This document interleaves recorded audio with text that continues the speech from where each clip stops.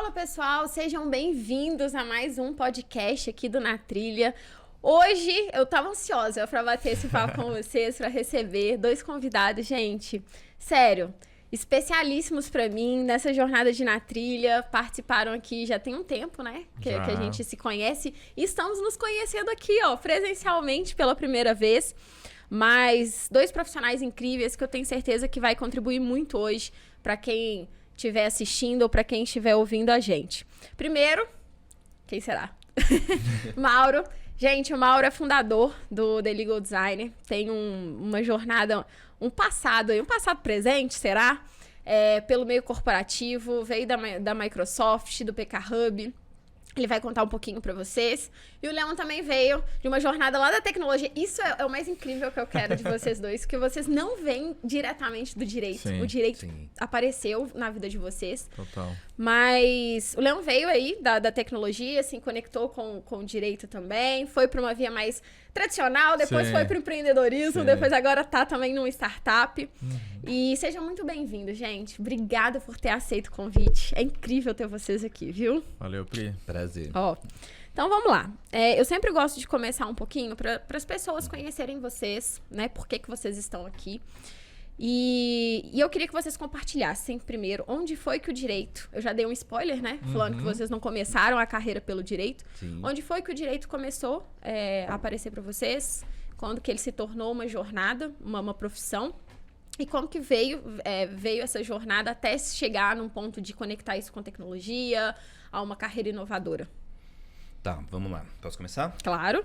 Bom, eu antes de fazer direito, eu tenho uma carreira na área de eletrônica, né? Então, foi até uma coisa bem legal, porque foi assim, uma visão do meu pai lá na década de 90, né? Então, eu sei que muita gente naquela época ou não tinha nem nascido, eu era bem jovenzinho, mas meu pai, eu lembro que ele chegou e falou assim, olha, se você quiser fazer uma faculdade, eu acredito que esse negócio de tecnologia, computação, na época eu falava computação, né? Processamento de dados, eletrônica, é o futuro, então se prepara para isso. Eu segui esse caminho, mas foi muito por conta de gerar essa oportunidade. Então, o que aconteceu? No curso, eu tinha muito mais dificuldade do que os meus colegas, né? Eu lembro que a gente tinha, assim, prova de cálculo, que a prova era uma questão. E sabe aquelas folhas de almaço, assim, de 4 páginas? O professor, ele olhava o último número. Ou estava certo ou estava errado. Ou era 10 ou era 0. Então, era muito complexo. Mas, mesmo assim, pensando na oportunidade, fui, né? Muito mais com esforço do que talento natural para essa área. Me formei, trabalhei por 8 anos nessa área. Trabalhei com telecomunicações, com informática. E o que aconteceu? Por que eu mudei para o direito? Porque nos últimos anos, nessa área de tecnologia, eu ficava muito sozinho. Eu trabalhava na área de telecomunicações, eu cuidava das centrais telefônicas e eu ficava sozinho. Eu e a tecnologia, a central sozinha, então eu ficava operando, dava um problema, eu resolvia. E eu comecei a sentir muita falta de contato com as pessoas. Aí que eu me liguei que existia essa diferença entre pessoas de humanas e de exatas, né? Eu fui fazer um teste vocacional e deu humanas. Eu falei, pô, o que tem de legal em humanas? E aí eu, pesquisando, falei, poxa, acho que agora eu posso fazer uma junção legal. Gostei da área jurídica, né, da proposta da área jurídica. Falei, pô, se eu unir o meu conhecimento em tecnologia e inovação com o que eu vou aprender no direito, eu acho que é um caminho legal. E aí que o direito entrou na minha vida, né? Foi um retorno à minha parte da personalidade que é mais voltada à conexão com pessoas. Então, assim, Legal. Eu gosto muito de tecnologia, eu sou apaixonado, mas eu gosto de trabalhar com Mais gente. um quartinho e um computador não é o suficiente. Não, eu preciso conversar com as pessoas, eu preciso trocar ideia com as pessoas, eu gosto de resolver problemas humanos. Assim, para ser bem honesto, não sei se a experiência do eu é a mesma. O que acontecia com máquina? É 0 ou 1. Máquina não tem meio termo. A tela preta, né? E ela não tem muita lógica. Por mais que a gente fale que tem lógica, não tem. Então, por exemplo, eu lembro de uma situação que eu passei, a cidade de Guarulhos inteira sem telefone. Eu sozinho na central para recuperar, tinha que levantar. Era um dia da semana à tarde. E nenhum dos comandos que estava no manual funcionava. Meu Deus. Nossa. Eu rodava os comandos e não funcionava. A central, e o meu chefe ligando no celular, Mauro, o que está acontecendo? O que você está fazendo? Eu falei, estou fazendo o que está no manual. E a central não levanta. Aí ele falou, troca as placas. Eu ia lá, trocava as placas, tinha umas placas assim, né? Spare e tal, trocava e não funcionava. Aí ele falou, troca de novo. Aí eu troquei e funcionou. Do nada. Então, assim, não tinha lógica. Isso me deixava muito maluco. Na época dos computadores também era a mesma coisa. Eu trabalhava com software de venda e, às vezes, estava trabalhando num cliente de uma farmácia, por exemplo. A farmácia completamente parada e o cliente falava, você não vai embora enquanto não subir o sistema. E o sistema não subia. E aí você, tipo, dava o mesmo comando 5 vezes na sexta. Ele resolvia funcionar. Isso uma coisa aleatória, né? É a sensação, tipo, não depende de mim. Exato, não depende de mim. E pessoas, por mais complexas que elas sejam, ainda dá pra dialogar. Sim. Né? Ela pode ter uma posição diferente da tua, mas aí você põe um ponto de vista, ela não concorda, você põe outro, ela não concorda, você dá um exemplo, ela começa a entender o que você quer dizer. A máquina não tem esse que nem quando acontece com a gente, né? Às vezes não tá funcionando, a gente reinicia o computador, funciona, né? Você fala, exato. Né? Sacanagem, né? E então, essa falta que eu senti do contato com as pessoas e esse probleminha da tecnologia é que me levaram a refazer a buscar o direito. Exatamente. Comigo foi um pouco parecido também, nesse sentido, né? É o que você falou. Eu comecei minha carreira lá em 2006, mais ou menos, na IBM, né? E uma história muito parecida com a do Mauro, né? No sentido de... Eu trabalhava também com tecnologia, assim, tela preta, computador e tudo mais. E aí eu era muito jovem, né? Eu tinha 17 anos na época, mais ou menos. Eu falei, putz, cara, o que eu vou fazer pro resto da minha vida, né? E a gente sabe, né? Quando a gente é muito novo, a gente precisa tomar uma decisão pra vida, né? Eu falei, putz, ou eu sigo aqui para esse caminho que eu já estou trilhando, que é de tecnologia, ciência da computação, engenharia e tal, ou eu vou para uma coisa que tem um perfil mais parecido com o meu, né? Que é de resolver problemas, de falar com pessoas, de conhecer, de ir atrás das coisas. E aí eu tinha amigos, colegas e tudo mais que tinham pais que eram juízes, advogados, etc. Fui conversar com essas pessoas e falei, putz, cara, acho que aqui está o meu caminho, né? No sentido de, pô, eu preciso ler bastante, eu preciso ir atrás das coisas. E foi aí que eu fui me encontrando com direito. Resolvi fazer a prova do Mackenzie e tudo mais na época, passei e falei, pô, vamos embora. É isso aí. Mas aí que entra, porque vocês vieram de uma área, por mais que tenha uma lógica, uma exata, ela é muito dinâmica. Eu acho que comparado ao direito, o direito, às vezes, eu sinto que ele é bem engessadinho, você não tem muita flexibilidade para determinadas coisas, ainda que seja uma ciência humana. Como foi encarar uma faculdade de direito que muitas vezes é engessada, extremamente tradicional, que às vezes não te permite pensar, ser tão criativo, para vocês que vieram da tecnologia? Como eu sempre... Porque assim, nós somos virgens. Você nunca fez nenhum outro curso superior, você chega na faculdade, é aquilo que você tem, é isso aí que você acha que é o certo. Mas vocês não vieram de um mercado engessadinho, padronizado. Como que foi essa conexão de cursar o direito? Pra mim foi assustador, assim. Foi um negócio que... assim, primeiro pelo fato de eu já ser mais velho na época. Então, eu tinha começado uma outra faculdade antes disso. Que acho que eu nem cheguei a compartilhar em alguma história, em alguma live aí. Mas eu fiz estatística 2 anos antes de fazer direito. E aí eu cheguei na faculdade de direito. Já era mais velho, já trabalhava com tecnologia. Eu falava, putz, que universo é esse, que eu tô fazendo Trabalhar aqui? de terno, todo bonitinho, todo engomadinho e tudo mais. E antigamente eu trabalhava de camiseta, trabalhava assim em qualquer lugar e tudo mais. Eu falei, putz, cara, mas assim, eu acho que é escolhas da vida, né? Se eu escolhi fazer isso, vamos entrar no jogo. Vamos até o final. E assim, foi engraçado porque eu tinha uma mentalidade muito diferente das pessoas. E é exatamente o que você falou. Porque o meu olhar, ele sempre estava e sempre esteve muito orientado para a tecnologia, né? Da gente estar assim, pensando em melhoria de processos, da gente olhar para o computador ou para a tecnologia de uma forma diferente. E o jurídico, e a gente está falando lá de 2010, 2011, olhava para isso como uma coisa que assim, era de outro universo. Assim. Hoje em dia é normal, né? Mas você vai falar... normal no nosso universo. Exato. Mas 2010, 2011, o pessoal olhava pra mim e falava, putz, diferente esse cara, né? Porque eu trabalhava na IBM e continuava fazendo faculdade, né? Então, assim, pra mim foi uma quebra, assim, de vários pontos que eu fui... Uma cultura completamente diferente. Exatamente. Não, é muito engraçado. Comigo também foi muito parecido. Eu achei o curso, em alguns momentos, bastante desafiadores, porque... a gente acaba sendo influenciado por isso que veio antes, né? Sim. Então, 2 coisas que pra mim foram desafiadoras. Eu também tinha uma outra cabeça do restante da turma. E um problema que tinha na época é que eu morava em Santos, aqui em São Paulo, no litoral. Mas eu estudava em São Paulo, capital. Subia todo dia para fazer aula aqui. E em Santos é litoral. E é muito calor. Então, muitas vezes eu subia de bermuda e camiseta pra assistir aula. Gente, vocês não têm noção. A pressão Você era metralhado. A pressão do tipo, o pessoal falava... Vagabundo, Mauro, não faz estágio. de bermuda, Mauro. Eu falei, qual o problema? Mas você está fazendo direito. Eu falei, você tem que usar um terno. Eu falei, mas eu não trabalho de terno. A mesma coisa, eu trabalhava de jeans e camiseta na empresa. Eu falei, nem terno eu tenho, gente. E eu tava assim em casa, eu vinha assim assistir. Eu tô assistindo uma aula. É uma pressão do tipo assim, quadre na caixa. Você tem que entrar no... caixa. E aí, isso foi um primeiro desafio. Depois, durante as aulas, eu tive um desafio porque eu às vezes aplicava o meu pensamento lógico na área de humanas. Então, assim, eu lembro que eu tive vários debates com professores. Eu lembro um com o professor de processo penal que eu fiquei com dó, gente, juro pra você. Porque eu olhava o artigo, eu lembro até hoje, que era das hipóteses do MP receber ou não receber a denúncia.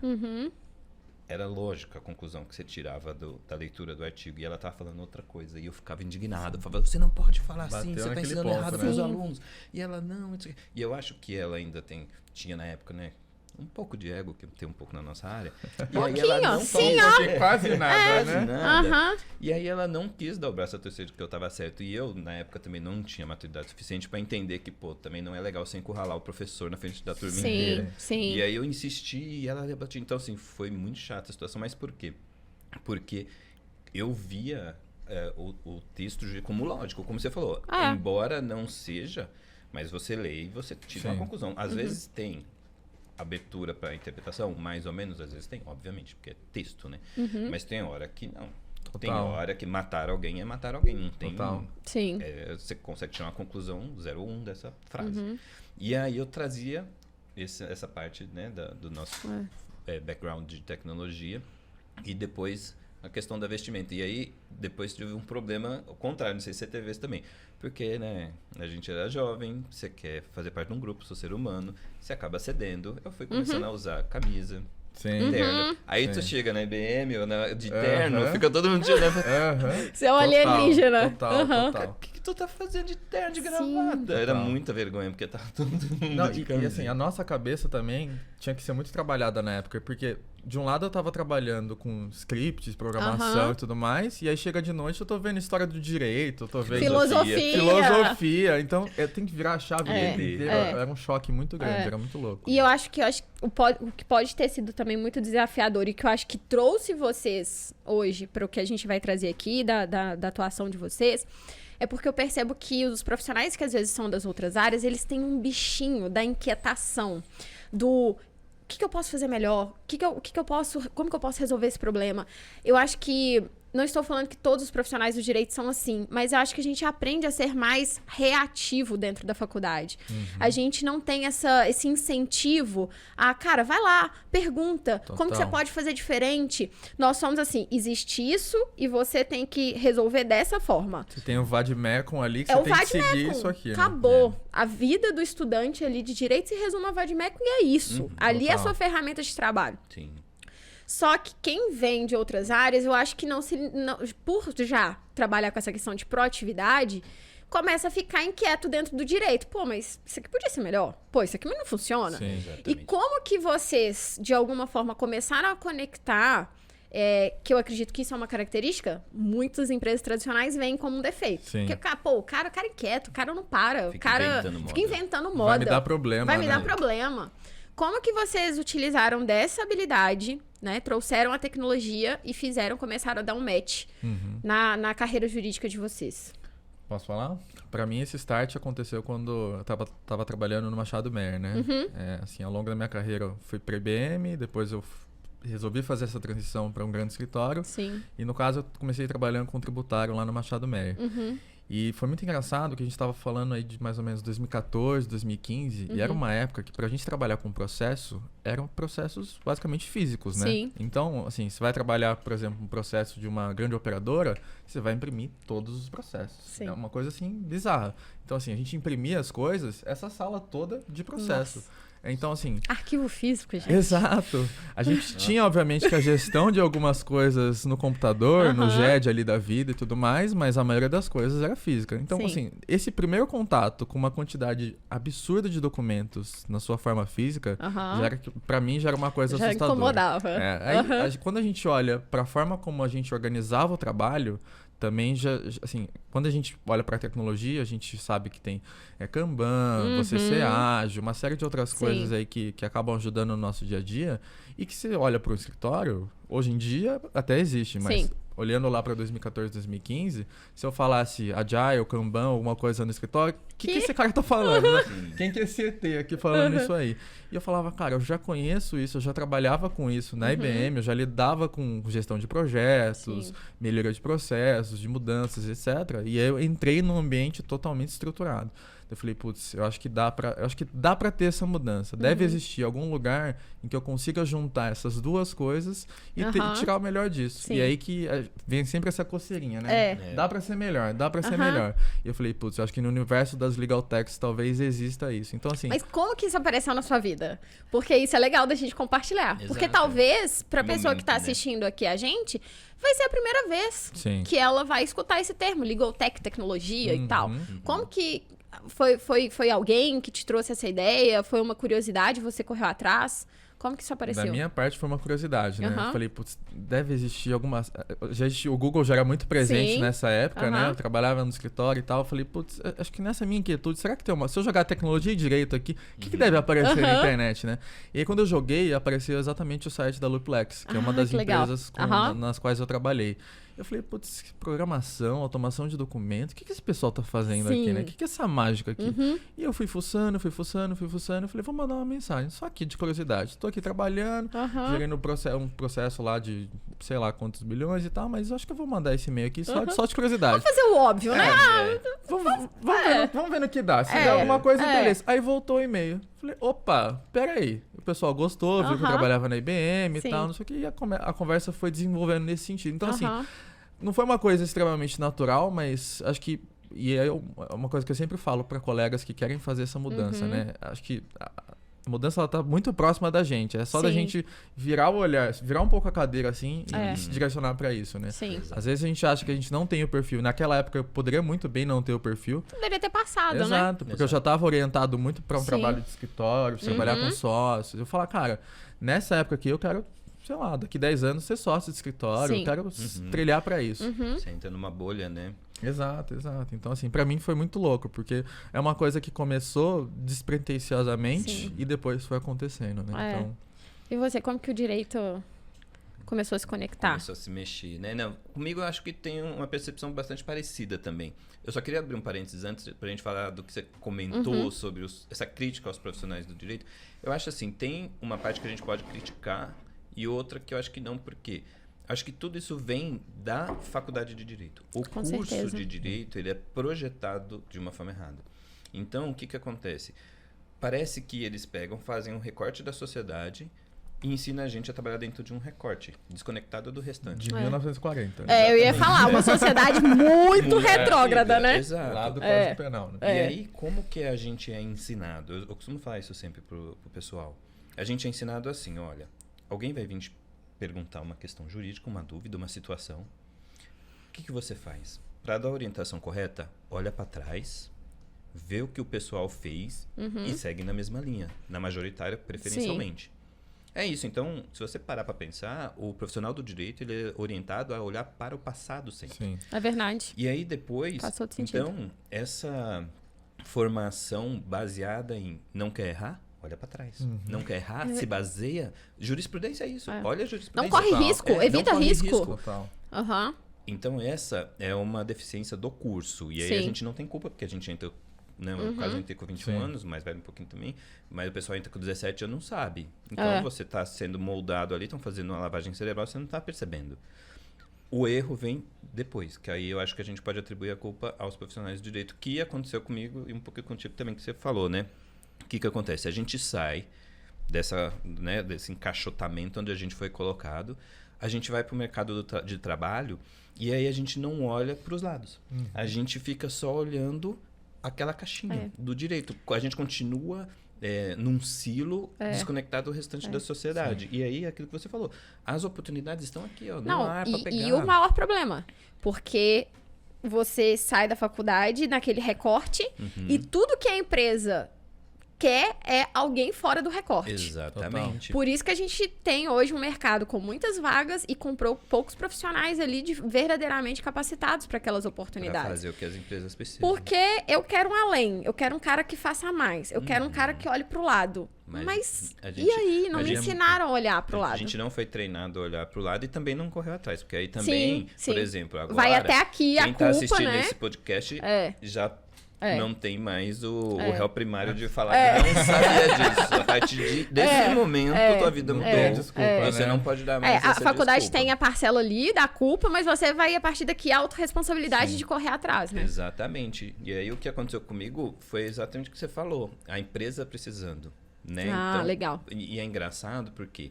Mesmo eu tendo vindo da área de tecnologia, mesmo eu tendo feito o curso todinho de direito, conectando tecnologia e direito, mesmo eu sempre indo atrás de direito digital, direito de tecnologia, quando eu caí nos escritórios e nas empresas, eu fechei o meu mundo e é a mesma coisa. Quando eu estava em empresa, eu pensava, não, vou crescer até ser diretor jurídico. E quando eu estava no escritório, eu falava, vou crescer até ser sócio. E eu não achava engraçado, porque assim, eu sentia que eu não gostava de algumas coisas. Por exemplo, eu comecei no contencioso. E aí... Que é paulada, né? Que é paulada. Mas, por exemplo, a transição que a gente fez... Pô, deixa eu sair de exatas para humanas. E eu falei isso, você falou também, porque eu gosto de ajudar pessoas. Eu gosto de resolver problemas. Tu cair num contencioso que não resolve nada, cara, é a pior frustração que tem. Sabe? Eu ficava com dó dos clientes, porque eu acho que naturalmente eu não sabia nem que tinha esse termo, essa expressão, mas eu acho que eu sou uma pessoa que tem empatia naturalmente desde sempre. Eu não me sentia confortável em virar pro cliente e falar, não tem nenhuma atualização não. E a pessoa desesperada, procurando uma pensão, que o marido largou, a pessoa... São temas muito sensíveis. E você, assim, não tem atualização, tá concluso com o juiz. Usando o juridiquês para dar aquele, né? Tá concluso com o juiz e tal. Eu me sentia super mal. Aí eu falei, não quero, isso aqui não resolve as coisas. Fui para a área contratual. Na área contratual, me senti um pouco melhor, porque, de fato, o contrato que eu fazia, ele ia pro mercado, as pessoas estavam assinando, eu sentia o impacto do que eu fazia um pouco melhor. E... a grande mudança aconteceu quando eu fui para a Microsoft, porque quando eu cheguei na Microsoft, o legal lá é que a divisão do trabalho não era por especialidade, era por produto. Então, você ou você atende cloud, ou você atende Xbox, ou você... Aí, para aquele produto, tu faz tudo. Então, eu fazia muita coisa diferente, não tinha um dia igual ao outro. Saindo da caixinha o tempo inteiro, né? Exatamente, assim, eu fiz coisas que eu nunca imaginava que fosse fazer. Então apareciam coisas assim malucas e isso aí eu gostava. Aí eu comecei a gostar, foi porque aí pra gente, né, conecta com o meu propósito. E foi na Microsoft que eu acordei por conta dessa necessidade da empresa, porque o que acontece? Eu já estava mais confortável, porque estava mexendo bastante com tecnologia, então os contratos que eu fazia era contrato de licenciamento de software, contrato de prestação de serviço em nuvem. E eu achava que eu já era um advogado super moderno por conta disso. Só pela área que você atendia. Não, pelo escopo do contrato. Sim. Mas uma vez a gente foi para Seattle e o Satya Nadella levou o jurídico do mundo todo, o CEO atual da Microsoft, porque ele entrou lá em 2014. Eu fiquei de 2012 a 2016. O Steve Ballmer saiu em 2014, que a Microsoft naquela época era tipo o patinho feio da tecnologia. Porque você tinha Google, Facebook, todo mundo super Parecia moderno. Que estavam travados e a ali, Microsoft vendia Office e Windows, que era da década de 70. Como IBM, né? Então não tinha aquela pegada. Os escritórios não eram tão fancy como os outros, era tudo antigão, a mesma coisa. E aí ele entrou para dar essa renovada. E o que foi legal é que ele fez essa renovada tanto no mix de produto, no marketing, né? Que comprou a Nokia para entrar no mobile, começou a trabalhar com cloud. Mas ele mexeu com a empresa inteira, inclusive com o jurídico. E esse que ele mexeu com o jurídico, ele pegou, levou a gente lá para Seattle. A gente ficou uma semana lá. E eu lembro muito bem que ele chegou e ele questionou do seguinte ponto. Ele falou assim, olha... Eu lembro que hoje a gente fala muito de metaverso, né? Mas na época eles estavam fazendo HoloLens lá, que é um óculos de holograma, que você colocar no YouTube, você vai ver, cara. É muito mais avançado que metaverso. E na época tava lançando. Isso é que Que ano mesmo? 2015. Caraca. E aí, não, coloca no YouTube, você vai ver, tem vídeo de 2015 mostrando o HoloLens. E ele falava assim pra gente, olha o que a empresa tá fazendo. Sim. E vocês da área jurídica, não tem como vocês serem um pouco mais ágeis? Não tem como vocês serem mais eficientes? Não tem como vocês serem mais arrojados? Várias coisas, assim. E é engraçado, foi legal, porque quando você chegava nos eventos, tinha uma recepção que tinha uns tubos, assim, com uns folders com essas frases. Eu tenho até hoje, porque eu falei, eu não posso esquecer dessa semana que foi um divisor de águas na minha vida. Porque ele deu uma chacoalhada na gente que eu parei pra pensar e falei, cara...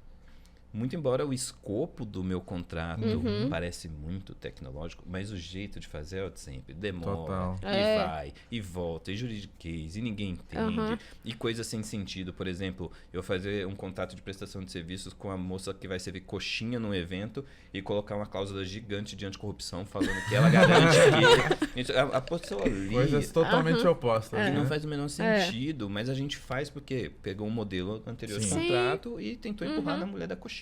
E é o que todo mundo faz. Eu comecei a olhar e falei, cara, realmente não faz sentido. E aí a chave virou de vez nessa época. E aí eu lembro que isso foi em 2015, na Microsoft mesmo. Eu costumo falar, né? Eu voltei para a minha mesa de trabalho com outra cabeça. Eu não conseguia mais fazer nada sem questionar. E uma coisa que eu questionei muito era fazer a gestão de 3.000 ações judiciais no Excel. Eu falei, gente, tá errado. Faz sentido. Não faz sentido. Aí eu lembro que eu conversei com a diretora, ela autorizou a gente ter um budget e um time para desenvolver um software. E aí a gente fez, hoje chama Litigation Tracker, é o software global da Microsoft de gestão de ação judicial. Porque assim, a Microsoft do mundo inteiro fazia a gestão no Excel. Aí a gente desenvolveu esse software e aí o escritório olhou e falou, cara... É isso. Volta pro escritório, porque eu tava lá alocado. Aí eles falaram, volta e traz essa experiência pro escritório que a gente quer... coisas novas aqui. Aí a primeira coisa que eu fiz, eu lembro até hoje, eu falei, deixa eu me inteirar com o que está acontecendo no mundo. Fiz o que nem eu sei. Google, Direito, Tecnologia e Inovação. Alguma coisa está acontecendo além daqui, eu espero que Direito e Tecnologia agora seja o Na Trilha, o primeiro site de... Com certeza. Tomara. Eu lembro que, assim, eu tenho até hoje, porque eu preparei um Word com os resultados da minha pesquisa.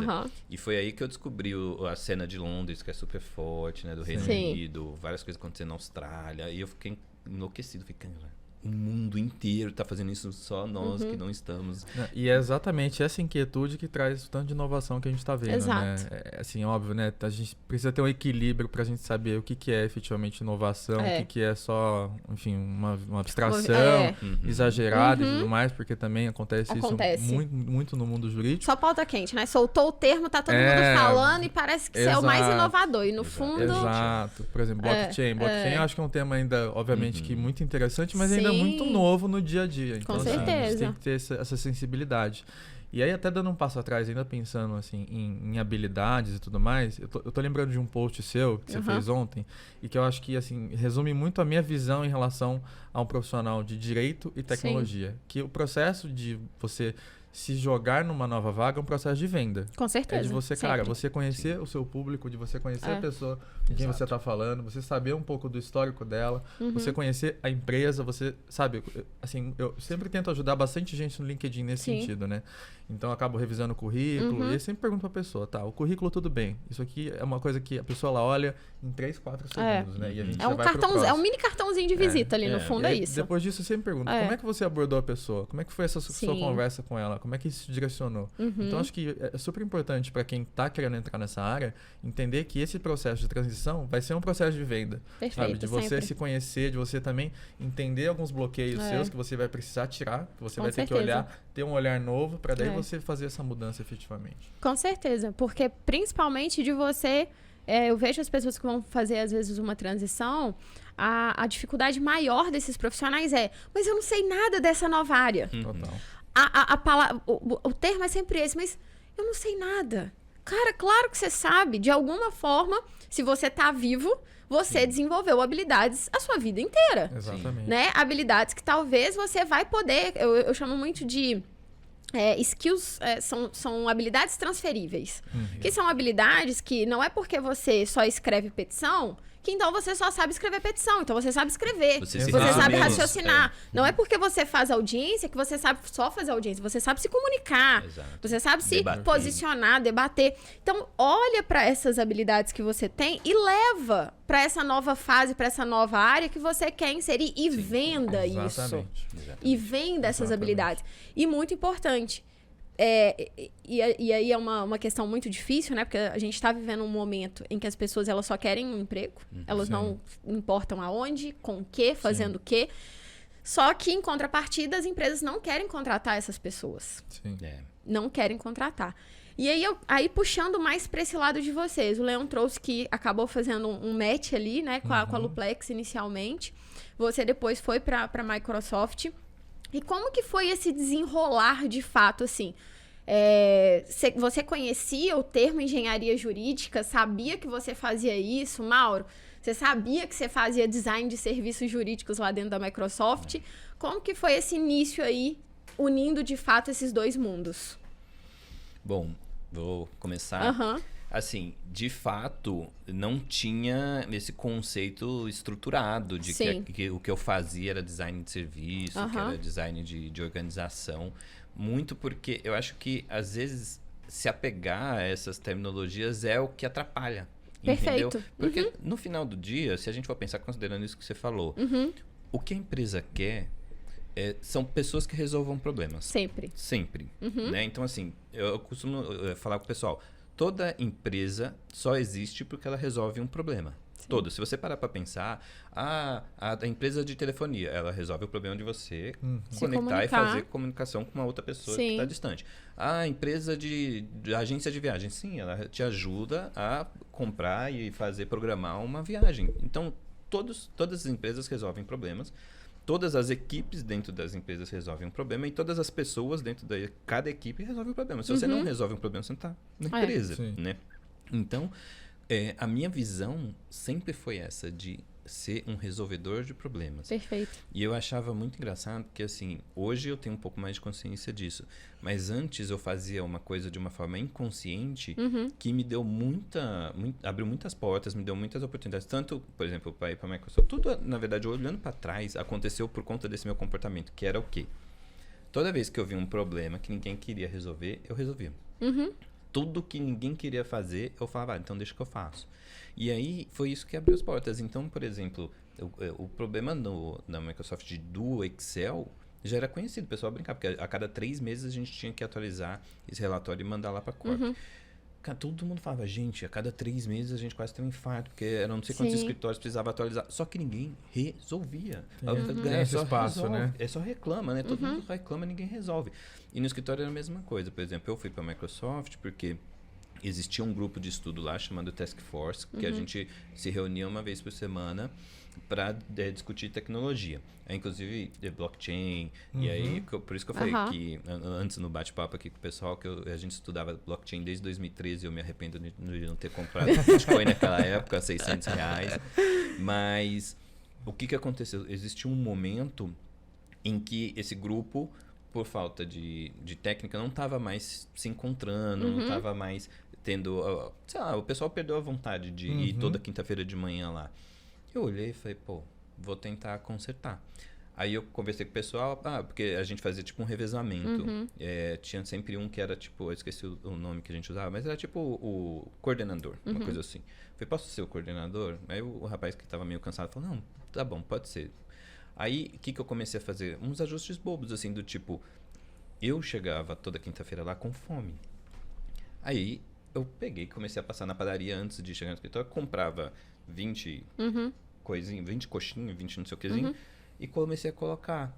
E eu notei que o pessoal gostou. Aí, depois até o escritório percebeu e falou, Mauro, a gente vai te reembolsar e tal. E aí, isso virou uma prática, virou uma cultura. Então, toda quinta-feira, o pessoal sabia que tinha um cafezinho acompanhando aquela reunião.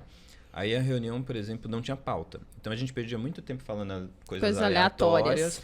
Aí eu falei, não, precisa de pauta. Aí comecei a pauta. Então a gente chegava, já tinha o que ia ser discutido, tal, o que ia ser estudado. E aí, por exemplo, eu via que as pessoas às vezes desanimavam porque não tinha empowerment, né? Não tinha uma função. Aí eu comecei a delegar a função. Falei, você pode ser o responsável disso, depois o responsável... Ou seja, design organizado. Você fazia o bendito do negócio e só não tinha nome. Só não tinha nome, eu não sabia que tinha um nome pra isso, entendeu? Mas necessariamente não precisa ter um nome. Sim. Eu estava resolvendo problemas. Exato. Eu acho que em todos os contextos sempre vão existir problemas para serem resolvidos. Uma empresa de 5 a 10 pessoas, uma empresa de 2.000 pessoas. Né? Exato. E é exatamente olhando por esse viés que eu acabei entrando nesse universo da engenharia jurídica. E você perguntou se eu conhecia. Assim, não tinha a mínima ideia do que era. Mas eu falei, cara, eu acho que eu tenho que ir. Assim, acho que a gente também tem que viver muitos com a intuição, né? Com certeza. Da gente ter a certeza de que aquilo que a gente está fazendo é a melhor opção naquele momento. E a certeza vai vir com a prática. Exatamente, né? Exatamente. Eu costumo dizer que às vezes eu tento agir igual um cavalo, assim, sabe? Às vezes a gente não pode olhar para o lado, a gente só tem que ir para frente, a gente tem que seguir assim.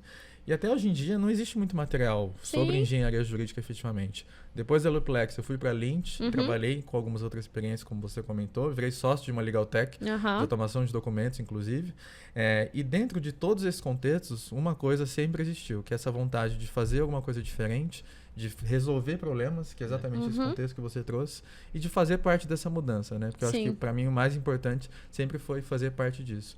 E hoje em dia eu estou trabalhando no Quinto Andar como PM pro jurídico, então assim, todas essas experiências elas foram agregando ao longo do tempo para me fazerem ser o profissional que eu sou hoje em dia, né? Eu vejo muito vocês falando e eu percebo uma característica, e me corrijam se eu estiver errada, que é uma característica sempre de observação muito forte. E igual vocês estão falando assim, cara, sempre vai ter problema. E é por isso que a gente fala hoje que, sei lá, 85% das carreiras ainda que vão existir, ainda não existem, porque os problemas vão ser novos, os problemas cada vez vão ser mais diferentes e novas pessoas com conhecimentos diferentes vão precisar resolver esses problemas.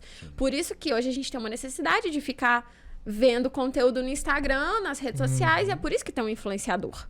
Então, todas as oportunidades, elas nascem de um problema. E aí que tá o profissional que se destaca, que é o profissional observador. Porque se você tá no modo piloto automático, você não para, você não percebe, você não capta. E eu posso falar como que eu cresci lá na advocacia, que eu fiquei 3 anos na advocacia, e hoje, como, graças a Deus, né, o Na Trilha só cresce. Porque eu sempre observei os problemas e busquei trazer essas soluções. Porque sempre onde tem um problema, tem uma oportunidade. Você vê uma oportunidade de capacitação no mundo jurídico. Sempre.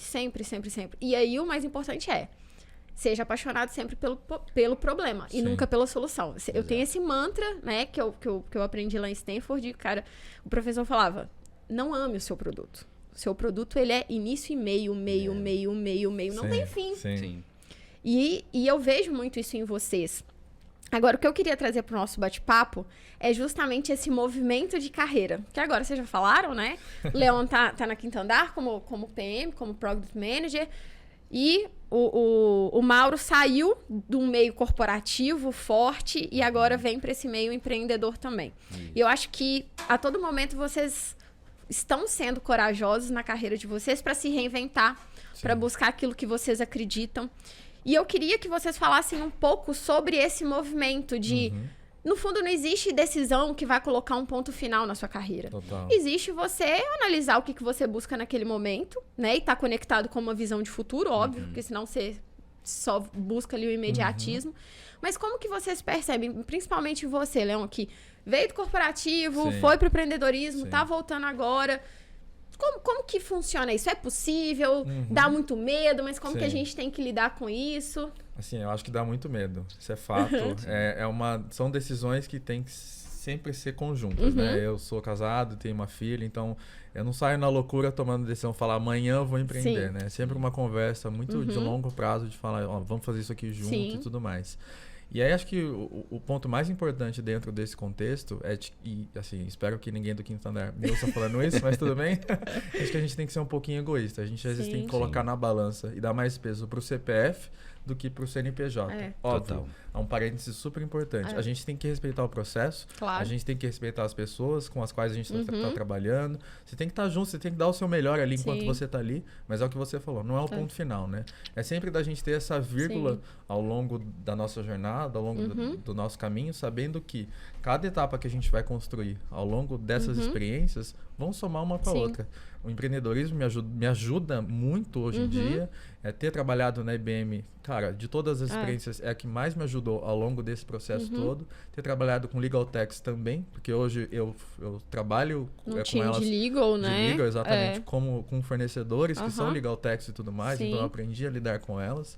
Então, assim, acho que a gente, ao longo da nossa experiência, a gente tem que estar muito ciente de que, olha, esse processo ele existe, ele vai acontecer, de mudança, é natural. Sim. Ele acontece ou pela gente ou pelo mercado. A gente está vendo aí uma série de desligamentos do mercado. Sim. Então, assim, acho que a gente tem que saber colocar na balança essas duas coisas, né? O CNPJ e o CPF. Às vezes o CNPJ ele vai estar um pouco mais forte, por N motivos, pelo mercado, porque a gente está ali preso no projeto, está entregue no projeto e tudo mais, mas a gente tem que estar sempre considerando o CPF, que a nossa visão é onde a gente quer chegar.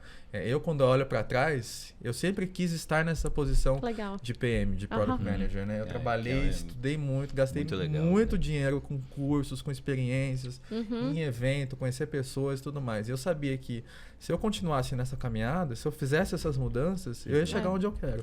E eu cheguei. E eu sei que ainda tem um caminho grande a ser trilhado nesse sentido e tudo mais. Mas sabe por que eu quis abrir esse parênteses? Porque hoje eu vejo principalmente que a gente... Eu fiz essa analogia com o Thiago. Eu falo, Thiago, que Deus me dê muita força, nos dê, né? Porque nós somos um CNPJ composto de vários CPFs, então ninguém faz nada sozinho. Sim. Porque a gente precisa quebrar um muro muito forte, que é um muro de segurança, de estabilidade. Eu fiz direito porque eu não quero arriscar, eu fiz direito porque eu quero fazer uma coisa pro resto da vida.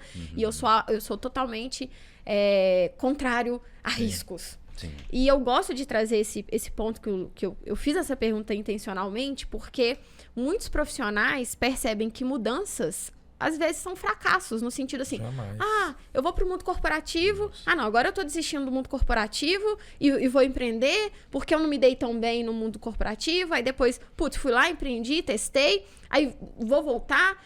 E as pessoas, elas são muito apegadas a essa questão da mudança, de se eu estou mudando é porque eu não dei conta. Porque não deu certo. É porque não deu isso certo. Ao longo da vida, né? Exato, como se fosse um peso. Sim. E aí, foi justamente essa história que, no fundo, você falou, cara, isso tudo que eu passei foi o somatório para chegar onde eu queria. Total. Às vezes a gente não...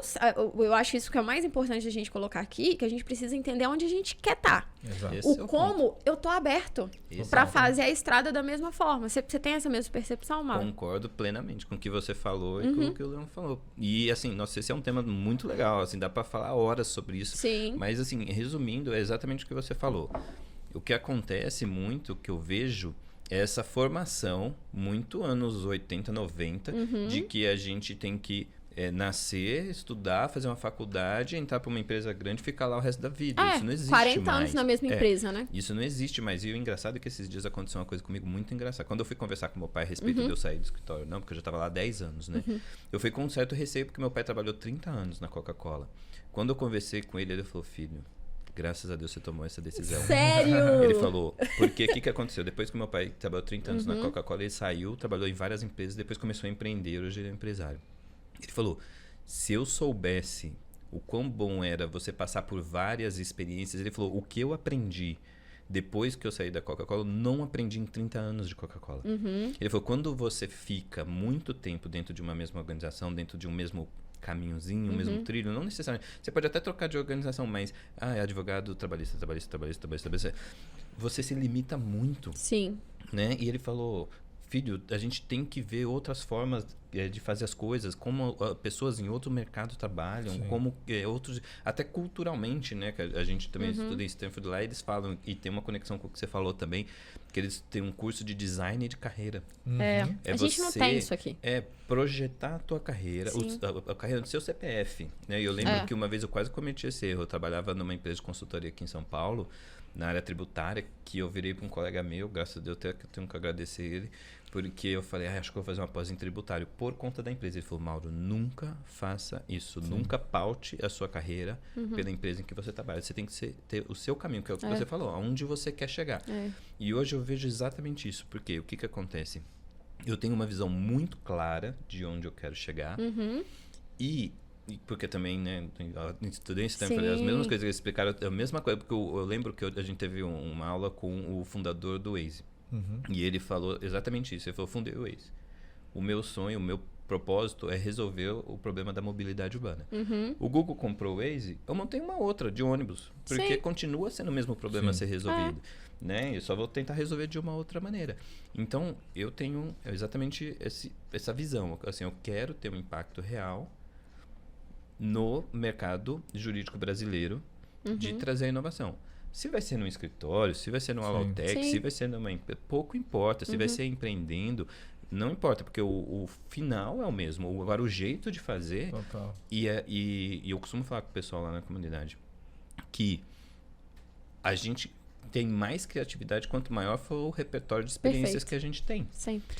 Então, todas essas mudanças que eu tive, trabalhar em empresa, trabalhar em escritório, estudar fora, voltar, elas formaram exatamente isso que você falou, quem eu sou hoje. Sim. Então, assim, hoje eu consigo...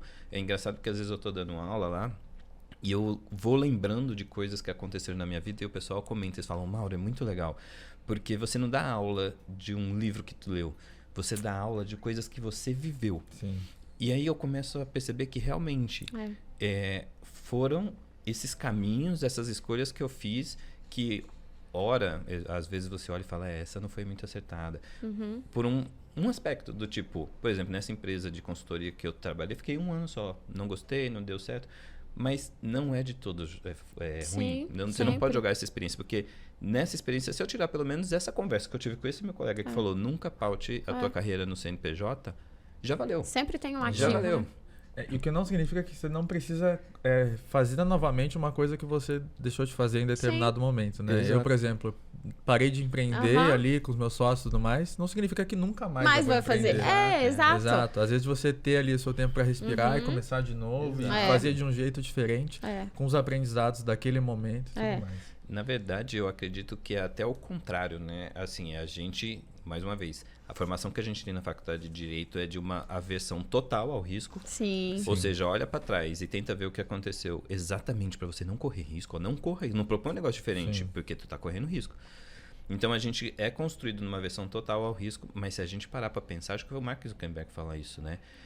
Você não mudar é o maior risco. Sim. Porque o mundo tá mudando o tempo todo. Não tudo correr tá risco é o maior risco. Exatamente, não correr risco é o maior risco. Total. Porque é um risco gigante você não fazer nada. Você continuar assim, o que você tem? Eu vou mudar para o pessoal achar que eu tenho preconceito contra o trabalho. Vamos falar de societário. Não, eu tenho uma carreira no societário, fiz pós em societário, tal. Tá, mas...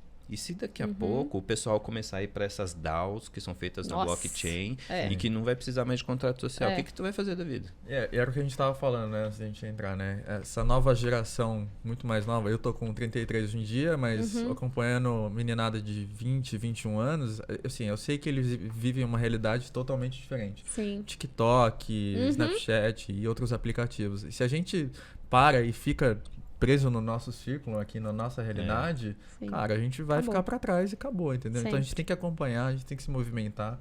E eu acho que o ponto mais importante é não ter preconceito com o novo, né? Sempre. Que acho que a gente... E o mundo jurídico, ele viveu muito isso, né? De, cara, tecnologia, de você poder trabalhar de qualquer lugar. Então, assim, tem várias coisas que a gente tem que furar na bolha. Exato. Né? Porque é o advogado que só conversa com o advogado, que conversa talvez ali no máximo com o executivo de empresa. E agora é o profissional do direito que precisa conversar com o mundo técnico, que precisa conversar com o marketing, que precisa conversar com o financeiro. Exato. E é essa interdisciplinariedade que a gente precisa. Total. Agora, o que eu queria perguntar para vocês, uma dúvida que com certeza o pessoal vai ter. O Leão tá com o PM hoje e você trabalhando como legal designer, né? Hoje é mentor de muitos legal designers no Brasil. E a gente comentou que vocês vieram da tecnologia. Mas ainda assim, um profissional do direito que nunca tenha passado pelo mundo da tecnologia, que não sabe nada de programação, que fala, não vou para aquilo ali porque tem tecnologia. E eu não sei nada, eu não sei programar. Vocês percebem mercados abertos, oportunidades abertas para o profissional que só vem do direito e que vai começar a conectar esse conhecimento com essas outras áreas, né? Tech, marketing, coisas nesse sentido. O que você acha para a carreira de Product Manager em si? Total. Acho que quando a gente olha para produto especificamente, é um profissional muito generalista, né? Sim. É um profissional que sabe fazer entrevistas com usuários, que está muito próximo ali do designer, efetivamente, com pesquisas e etc. Mas também é um profissional que olha para a comunicação, que tem que saber vender uma ideia, que tem que saber defender uma release, um roadmap de um produto e tudo mais. Fora outras habilidades que dentro desse contexto específico, não são necessárias, mas ajudam. Sim. E a gente está falando de tecnologia, da programação e tudo mais. Eu acho que a área jurídica, ela tem intersecção com tantas áreas complementares que fica muito mais fácil da gente escolher para onde a gente vai quando a gente quer olhar para fora do direito, né? Sim. O que eu quero dizer com isso? A gente olha para o setor de legal ops, por exemplo, cara, é uma área que, se você tiver alguns conhecimentos complementares ali, finanças, o quê? Estatística, assim, todos esses conhecimentos que, querendo ou não, o advogado ele não precisa ser especialista, mas se ele conhecer o mínimo, acho que já dá um diferencial muito grande para esse profissional. Então, assim, quando a gente vê o estado atual, assim, das profissões como um todo, eu acho que a área jurídica está até beneficiada nesse sentido, porque a gente, como advogado, a gente atende outras áreas, a gente resolve problemas de outras áreas. Então, a gente já encosta naquele conhecimento até certo ponto. A parte chata, né? A gente sabe um pouco da parte chata. Exato. Então, nesse sentido, eu acho que restam, assim, tem inúmeras possibilidades do profissional dar esse próximo passo, conhecendo ou não de tecnologia, né? Porque eu vejo, assim, hoje eu tenho, né, alguns alunos, algumas pessoas que passam lá pelo Na Trilha e perguntam muito, poxa, eu tô curtindo demais esse cenário de Legal Tech, de Law Tech, e eu me interessei pela carreira de PO, de PM, né, porque eu tenho background jurídico, mas eu não quero atuar fazendo peça, fazendo prazo, não quero, eu quero ir pro lado ali da tecnologia. E talvez esse profissional que tem esse background, ele vai ter uma facilidade, ele vai precisar estudar muito, igual o Leon falou. Gente, não tô aqui pra falar que é do dia pra noite, não tô aqui falando que não precisa de investimento, você deixou isso muito claro, mas que é possível. Total. É possível você alinhar essas competências e ser um profissional de destaque que é escasso no mercado. Total. E quando a gente olha para as necessidades das legal techs, elas precisam, assim, muito de um profissional que tem essa habilidade de uma outra área, como a do direito, para ajudar dentro desse contexto específico de produto. Porque às vezes você pega, por exemplo, uma empresa que tem um desafio de regulação, o profissional de direito é o profissional perfeito para isso, sabe? Muito, principalmente porque o cliente de uma Legal Tech ou Law Tech, a não ser que ela seja ali um B2C, alguma coisa assim, provavelmente vai ser um escritório de advocacia, um departamento jurídico. Então, se você já tem esse bastidor aí do jurídico e aprende a desenvolver, a trabalhar com produtos digitais, o que for... Cara, isso pode ser uma mega oportunidade, né? E a gente comentou aqui no meio do podcast que o profissional da área jurídica tem um perfil muito diferente, digamos assim, né? Que envolve o ego, envolve essas questões mais peculiares. Se você já trabalha na área, fica muito mais fácil você vender essa ideia para ele. Com certeza. Você saber trabalhar com ele especificamente, né? Com certeza, verdade. Exato, não, concordo plenamente. Eu acho, inclusive, até para manter a coerência do que eu estava falando, né? Se no começo eu falei que o grande problema da formação dos profissionais no direito é essa bolha, esse silo que é criado, então não é que do tipo, o profissional que quer se destacar, é o profissional que quer sobreviver. Porque assim, você já foi formado errado. Como eu falei, depois desse podcast você não vai poder alegar ignorância. Agora você já sabe que você foi formado limitadamente. Então, você entendeu que você precisa se reconectar com a sociedade, porque o direito não é uma coisa isolada da sociedade. E aí é exatamente o que o Leon falou. Essa conexão pode ser em vários sentidos, porque o direito se conecta com tudo. Então, por exemplo, eu não gosto de programar. Tudo bem, vai entender de marketing e vai trabalhar com direito e marketing. Vai trabalhar com direito e design, por exemplo. Eu estive lá em Stanford recentemente e eu estava conversando com a Margaret Hagan, que é uma das pioneiras no setor, que escreveu um livro, né, professora diretora do Legal Design Lab lá. E eu comentei com ela no final do evento, porque teve um monte de Law Tech e Legal Tech se apresentando lá.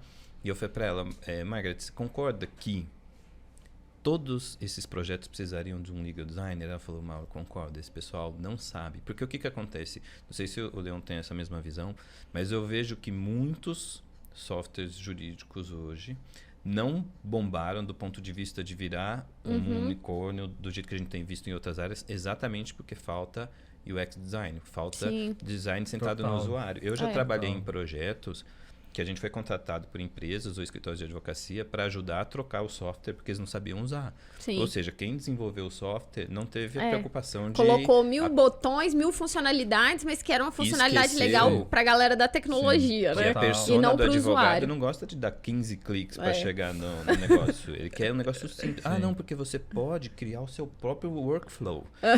O advogado não quer criar o workflow. Ele quer dar 2 cliques e chegar no negócio. Então, existe um caminho gigante, um monte de oportunidade aí, se o profissional do direito fizer essa conexão que você falou. Do tipo, olha para esse monte de oportunidades. Por exemplo, você tem facilidade com números. Você fez 2 anos de estatística. Pô, Legal Ops é sensacional. Sim. Sabe? É muito gostoso de trabalhar com Legal Ops. Então, assim, tem um montão de oportunidade. Desde que a pessoa só faça esse pequeno raciocínio.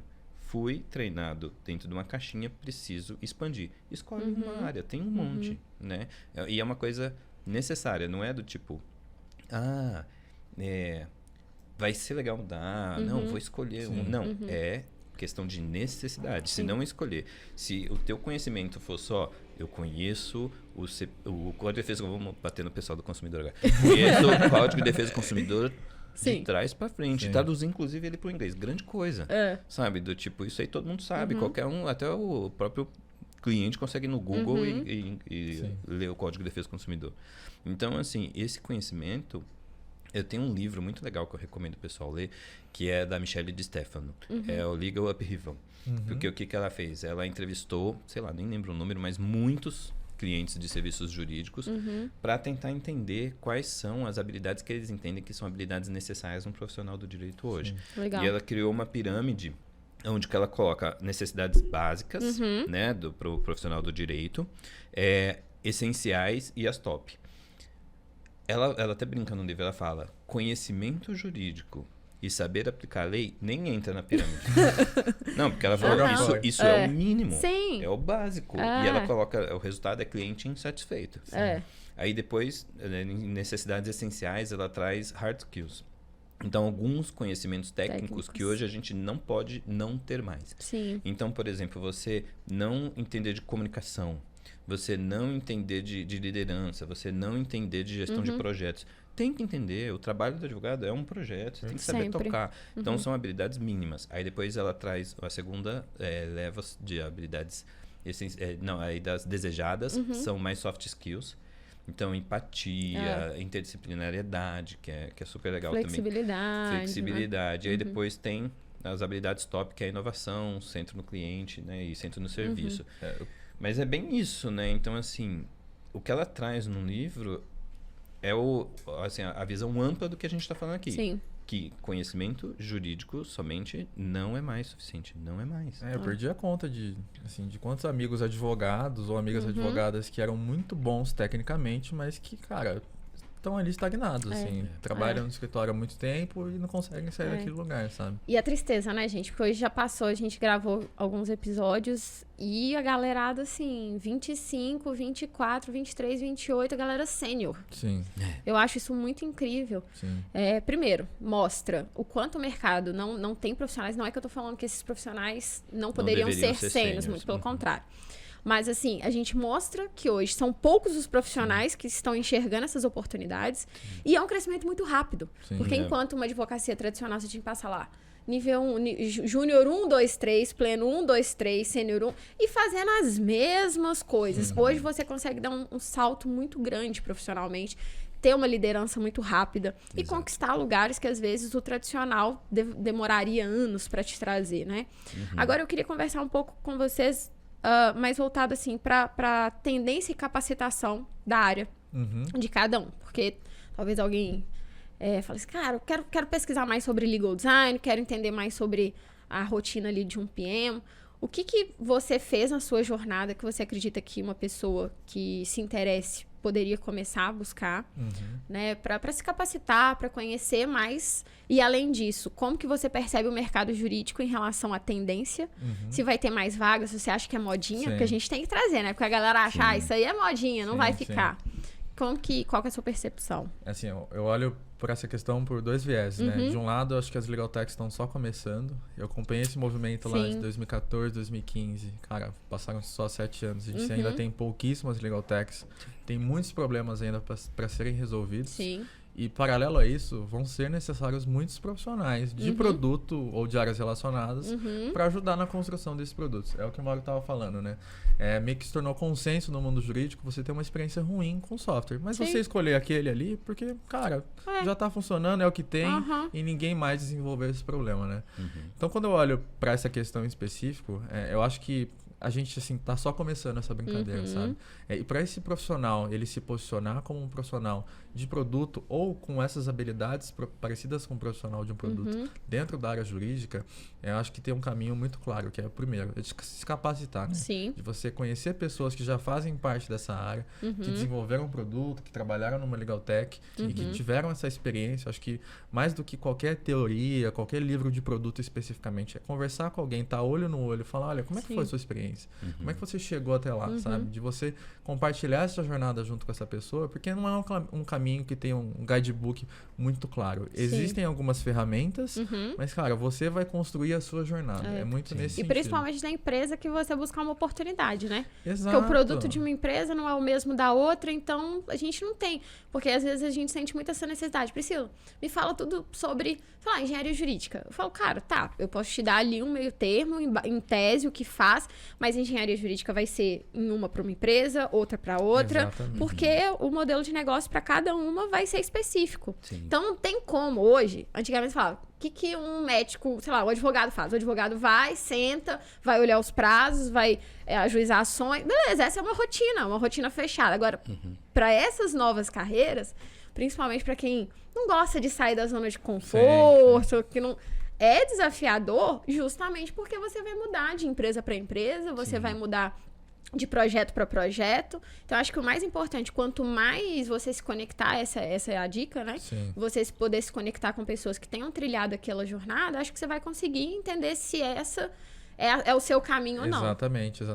E, cara, existem milhares de ferramentas para você fazer isso, né? Às vezes você tá num grupo mais específico ali, como acontece na trilha, de você tá ali do lado de pessoas que já fizeram isso, de você chamar alguém no LinkedIn, 10, 15, 20 pessoas com uma trajetória parecida, falar, cara, como é que você fez essa transição? Então, assim, ferramenta eu acho que não falta, né? Com acho certeza. que a gente, hoje em dia, a gente é muito mais...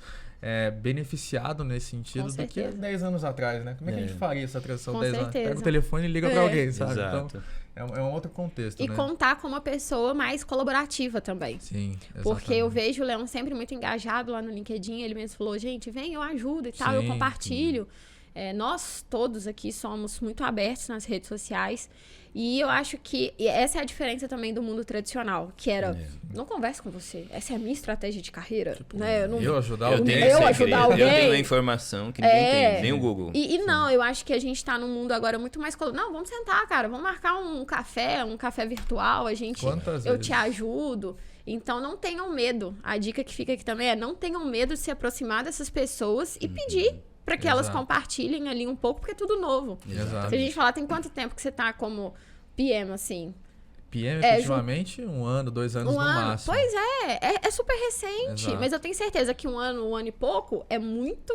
A experiência é muito maior do que quem tá começando, quem tá do zero. Então, a gente sempre vai poder agregar para as pessoas, né? E até um ponto, além disso, acho que dando um passo para trás, né? A gente, quando a gente gosta de olhar para uma outra área e quer fazer essa mudança, a gente acaba se cobrando demais, né? Sim. Então, acho que é muito importante um processo de meio que autoanálise, digamos assim. Com certeza. É você ter a ciência de que você é forte em alguns pontos, mas que você, cara, você tem problemas nesses pontos e que você vai se desenvolver ao longo do tempo. Eu tenho alguns pontos fortes e tenho alguns pontos fracos. Eu vou aproveitar o melhor que eu tenho desses pontos fortes e vou com tudo em cima disso, sabe? Exatamente. Então, acho que assim, a gente tem pessoas que são muito boas em planejamento, outras muito boas em execução, por exemplo.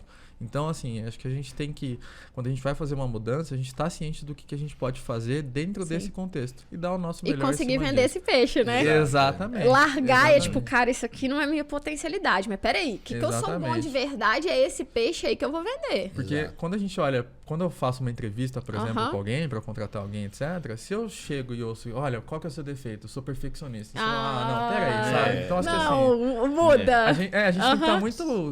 A gente tem que ser muito honesto em relação ao que está acontecendo, sabe? Que você vai ser um profissional X para esse contexto específico que você vai ter a oportunidade de se desenvolver nesses temas, sabe? Sim. Então, acho que eu olho muito para esse viés também. Com certeza. Concordo, assim, plenamente. Só para complementar, né, de colocar mais alguma coisa, porque o que o Leon diz é perfeito, acho que é exatamente isso. Eu acho que uma coisa que pode ajudar essas pessoas que eventualmente vislumbram uma mudança de carreira é uma coisa assim, esses dias eu até estava estudando sobre gestão da mudança e o medo, ele é natural. A mudança. Sempre. O nosso cérebro é programado para evitar a mudança, porque consome energia, né? Você ter que aprender um negócio novo, ter que sair da sua zona de conforto. Então, é natural. E o que reduz esse medo, essa insegurança? É você saber o que está acontecendo. E no caso, que você falou, né? É modinha, não é modinha. Se a pessoa olha só uma fotografia num espaço de tempo, pode parecer que é modinha. Então, o que a gente precisa fazer? A gente precisa ampliar o olhar para entender o que está acontecendo no mundo. Exato. Na vida. Sim. E assim, o Legal Design, o Legal Ops, gerente de projeto, gerente de produto, não são coisas que eu inventei, que o Leon inventou, que você está inventando, os nomes que você está inventando. Óbvio, tem uma questão de hype, tem uma questão de modinha para o marketing. Isso é uma coisa. Tem gente que quer explorar isso para vender, fazer dinheiro. É uma coisa. Agora, para fazer uma escolha profissional, é uma outra coisa. Você tem que entender o contexto como um todo. E aí, quando a gente analisa o que tem acontecido no mundo, assim, de onde vem essa mudança? É de vontade, assim, a gente, os três aqui, acordou de manhã e falou, vamos mudar. A gente é rebelde. Vamos criar esse espaço. A gente é rebelde, a gente não gosta do direito. Vamos começar a falar mal do pessoal. Não é. Sim. É um movimento que vem vindo há muito tempo. Então, assim, a gente saiu de uma era agrícola, depois a gente se estabeleceu, começou a plantar, não precisava... A gente saiu de uma era nômade, depois começou a plantar, não precisava mais ficar andando por aí para pegar comida, depois começou a criar alguns equipamentos, algumas ferramentas, revolução industrial, revolução tecnológica, fizeram aquele monte de computador, e aí conecta um pouco com a minha história, que as pessoas começaram a perceber que só tecnologia por si só não resolve todos os problemas e causa alguns ainda. Sim. E que agora a Sociedade 5.0, que nasceu no Japão, que é uma revisão de tudo isso, colocando o ser humano no centro. Sim. Então, o que está acontecendo nesse momento da humanidade? As pessoas estão olhando, inclusive depois da pandemia, de tudo que aconteceu, as pessoas estão se humanizando mais. Perfeito. Então, é esse o movimento. E se a gente entender que esse é um movimento global de humanização de tudo, e como eu falei, o direito não está fora da sociedade, vai haver esse movimento dentro do direito. E aí, quando a gente olha e fala, poxa, vai haver um movimento de humanização no direito, né? Não vai ser o direito por si mesmo. Então, assim, vou fazer um contrato por fazer, porque vai que dá uma ação judicial, vou colocar uma causa. Não, o contrato é para qual pessoa? Sim. Exato. Qual que é a preocupação dessa pessoa? Qual que é o objetivo? O objetivo dessa pessoa é fazer um contrato de parceria aqui ou é criar um contrato tão absurdo como o da coxinha que eu falei que fica inviável o negócio? É um contrato que inviabiliza o negócio. Não faz tá muito mais sentido. próximo do contexto real. Daquilo, exatamente. Né? A gente fala muito de tecnologia, um mundo mais tecnológico, mas no fundo o mais tecnológico se torna um mundo mais humanizado. Exato. É a tecnologia permitindo o humano ser humano, né? Exato. E aí que entra um outro ponto que eu gostaria de acrescentar, que eu acho muito interessante, conectando com o que o Leon falou, é que também não faz o menor sentido a gente sair de uma caixa que a gente foi colocado, que é a caixa do direito, para entrar em outra. E do tipo, o que o pessoal de Legal Ops faz? Para ser Legal Ops precisa disso. Aí você vai fazer. Exatamente.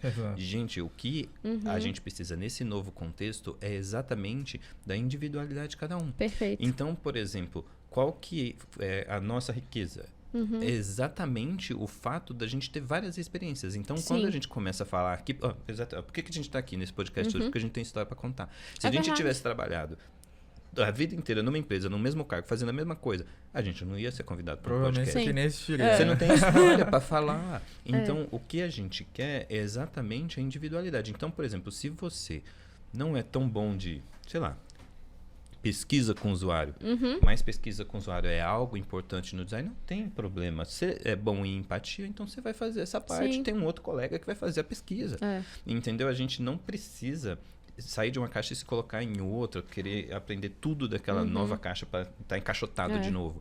Eu acho que o legal é você trazer o seu diferencial. Sim. Eu sou de São Paulo, você é de Minas, você é de São Paulo também? São Paulo. Então, o fato da gente ter nascido em lugares diferentes traz a individualidade de cada um. Cada um colabora com uma visão. Se a gente trouxer, que nem você falou, vai vir um convidado da Amazônia, do Manaus, é uma outra visão. Então, assim, o grupo precisa dessa diversidade. Então, as pessoas olharem, já tem o medo natural da mudança. Sim. Do tipo, cara, vou sair da zona de conforto, vou aprender coisas que eu não precisei, vai exigir energia. E você achar que você tem que aprender tudo daquela área para então entrar naquela área. E esse é o problema que eu quero alertar. Porque as pessoas acham, nossa, agora eu vou fazer transição de carreira.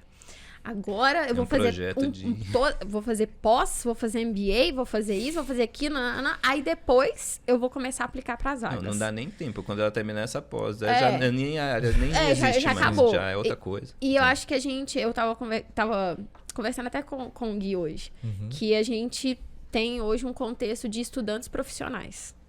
A gente estuda profissionalmente. Porque, eu preciso agora de estudar. Estudar, gente, vai ser uma coisa constante. Lifelong learning, né? Aprender, Pro resto da vida, a gente vai estar aprendendo.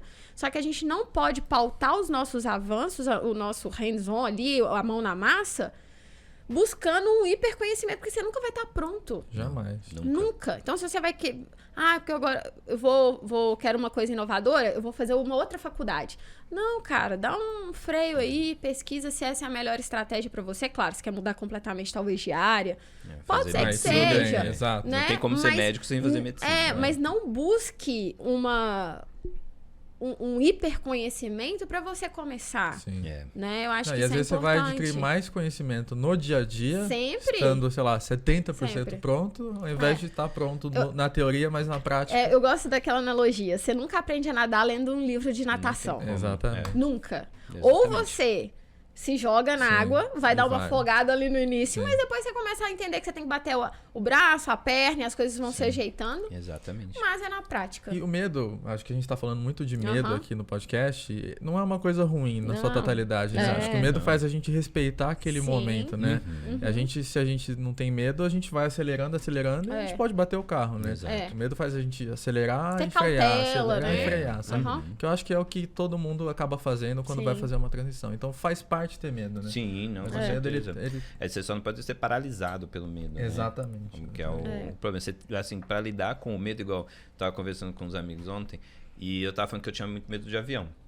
Voar de avião. E como que eu perdi o medo de voar de avião? Entendendo como funciona o avião. Então, eu tive que investir num curso que o cara que era projetado para isso, né, para pessoas que têm medo de avião. E aí o cara dava um curso assim dizendo por que o avião decola, como que ele voa, como que ele se sustenta, por que pousa, quanto tempo de experiência precisa ter uma pessoa até virar piloto de uma companhia gigante comercial para trabalhar na American Airlines. Não é assim, não tem um cara ali que começou ontem. Aí eu comecei a refletir, falei, você tem que trazer pro raciocínio, sempre, porque se você deixa cair pra emoção, aí o negócio... Você tem que trazer clareza. Se você... Eu acho que isso é o mais importante. A Exato. primeira você não pode live alucinar. de vocês foi sem medo? Que jamais, assim. Eu lembro que eu fazia live com a Pri, minha boca secava de uma forma. Nossa Senhora. E, gente, eu gosto dessa... Eu brinco, né? O Thiago brinca muito. Nossa, você é obcecada demais por essa questão... Eu sinto que tudo que me traz um frio na barriga, eu preciso me aproximar daquilo. É uma necessidade, eu tenho uma necessidade muito grande de sempre estar na minha zona de desconforto. Sim. Porque eu sinto que eu evoluo. Eu tava lendo até isso no livro, né? Que as pessoas que buscam muito segurança são as mais inseguras. Porque segurança tem a ver com fazer algo repetidamente. Você se sente seguro quando você já fez aquilo várias e várias vezes. Domina, né? Só que o problema é que você fazer aquilo várias e várias vezes não te propõe evoluir. Te propõe permanecer no mesmo. Então, é algo que a gente tem que trazer aqui para nossa conversa, principalmente falando de carreira, principalmente falando de direito, porque é algo que a gente precisa ter sempre próximo, né? Da gente, das opções que a gente vai fazer. E algo que eu queria que as pessoas ficassem muito assim... que uma luzinha despertasse nelas. Sim. A gente, todo momento, nós falamos aqui de individualidade, a gente falou de CPF, a gente falou de autoconhecimento. Não dá hoje para você escolher um caminho profissional, tomar decisão, se você não souber o que você quer. Exato. Primeiro Né? passo. Pode dar um frio na barriga de falar, pai, vou pedir demissão. Eu sei, eu também tive. O Leon, né? Vou empreender. Se você não então, tivesse medo, é muito esquisito. É melhor passar um psicólogo, né? Sempre vai existir, mas você tem que ter uma intenção naquela sua ação. Né? Eu acho que mais do que falar sobre uma carreira, sobre uma decisão que você vai tomar, a gente está falando de vida. A gente está falando de uma pessoa por trás ali de uma atividade profissional. Exato. E essa é a grande questão aqui do Na Trilha, fazer algo mais conectado com você, com as suas habilidades. E só pra gente caminhando aqui pro final. Hoje, no momento que vocês estão, vocês sentem de fato essa conexão? Eu gosto de perguntar isso, porque nós fomos doutrinados que às vezes trabalho é castigo. Trabalho é um momento ali pra você ir, pra você já tá doido pra chegar na sexta-feira. Sim. Né? E pra viver só o final, pra reclamar da segunda-feira. E eu queria que vocês trouxessem essa percepção. Qual é hoje no fim do mês? O saldo é positivo, não só em termos financeiros, mas é positivo, vocês se sentem conectados. Qual que é a visão de vocês sobre esse aspecto? Quer falar? Pra mim, assim, é fundamental. Porque eu acho que uma coisa que as pessoas precisam ter clareza também, não só do ponto de vista profissional, do tipo, eu quero fazer tal coisa, é do ponto de vista pessoal. Sempre. Saber quais são os seus valores. E eu tenho alguns valores que para mim são muito importantes. Liberdade, para mim é irrenunciável. Então, assim, tudo que me prende me afasta, não tem como. Então, se falar assim, agora tem que voltar pro escritório, não importa se acabou a pandemia, você é obrigado a voltar. Eu vou me rebelar e não vou voltar. Não tem como, cara. Aí conectou com um segundo, sem querer. Que é saúde. Para mim, saúde é um valor muito importante. Então, se estiver comprometendo a minha saúde, para mim não faz sentido, eu tô fora. Então, assim, ter essa visão, o terceiro é família. Então, tava conversando ontem que eu queria ver meu pai e eu tive a oportunidade que eu posso hoje sair 2 horas da tarde da minha casa e visitar meu pai. Sim. Entendeu? Então, hoje, conectando tudo, profissional com pessoal, eu faço o que eu amo, eu posso, se precisar trabalhar hoje à tarde, né? A gente tá meio que trabalhando. Sim. Tô feliz aqui, acho que não teria um outro lugar que eu estaria tão feliz como estar aqui hoje, batendo esse papo com vocês, porque é uma coisa que eu gosto, tá no caminho do meu propósito, entendeu? Faz parte da minha missão estar aqui hoje, eu sei que essa mensagem vai chegar a milhares de pessoas, então brilha o olho, não tem esse negócio de segunda, de terça, de feriado, sabe? Então, de fato eu concordo contigo, assim, você ter essa clareza, não só do que você quer profissionalmente, mas pessoalmente, fecha muito no final do mês. Eu, por exemplo, na faculdade, eu não sei vocês, mas eu era apaixonado por penal. E eu terminei a faculdade louco para fazer concurso público e virar promotor de justiça ou delegado de polícia. E aí eu lembro que eu fui fazer inscrição lá em Santos ainda, estava em Santos. Nossa, na hora que eu cheguei no Palácio da Justiça, que eu vi os móveis, que eu vi as condições que os caras trabalham. Meu Deus. Eu fiz exame de reflexão. É isso que eu quero pra minha vida? Exato. Entendeu? Eu quero passar o resto da vida, porque aí tem também as prisões psicológicas, né? Que eu falo muito isso. Às vezes, esse negócio que você falou, da pessoa, eu só quero emprego, às vezes é o maior risco que tem. Porque você consegue o tal do emprego, o dinheiro começa a pingar no começo do mês, você começa a pagar o aluguel, começa a pagar as coisas, você se escraviza, que aí você não pode sair de lá mais. Então, às vezes, tem que pensar muito antes de aceitar uma proposta de trabalho, porque vai criar uma condição que depois você não consegue sair. E naquele dia, eu lembro até hoje, um dia de chuva em Santos, eu olhei e falei, cara, eu não quero passar o resto da vida. Eu não fiz nem a inscrição no concurso, eu tava na fila, era uma fila gigante, com formulário assim pra preencher, deixei de canto, voltei pra casa, falei, eu não vou passar a vida fazendo isso. Então, acho que é esse tipo de reflexão que as pessoas têm que fazer, entendeu? Porque é uma decisão muito importante que a gente toma.